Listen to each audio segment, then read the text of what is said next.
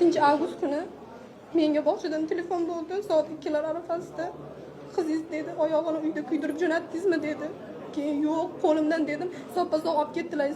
Borib qarasam qizimni mana bu oyog'i eti mana oyoqqa yopishib ketgan. Mana pufakchasini yorib, suvini chiqarib, uni bilmayman nima azobga keltirgan bilmayman-da uni. Borsam qizim chirillab yig'lab, umuman hech nimaga ko'nmadi. Keyin ular aytdi, oyoq kiyimi qisgan dedi. Sizni qizingizni oyog'i emas, tirnog'i kuyganda dunyoni buzardi. Bu farzand kim? İnsonning javohiri hisoblanadi. To'g'rimi yo'qmi? Javohiri. Javohirini ishonib bog'chaga topshiradi. Tarbiya beradi, qornini to'ydiradi, tarbiyali qiladi, ta'lim tarbiyani o'rgatadi deb beradi. Lekin bu javohirga nisbatan qilingan bunaqangi munosabat kechirib bo'lmaydigan munosabat hisoblanadi. Oldin pichoqni o'zimizga uraylik, og'rimasa birovga uraylik. Kishi viloyat ichki ishlar boshqarmasining boshlig'i. Uchastkovoyda ham, bu uchastkovoyning kattasi bu odam.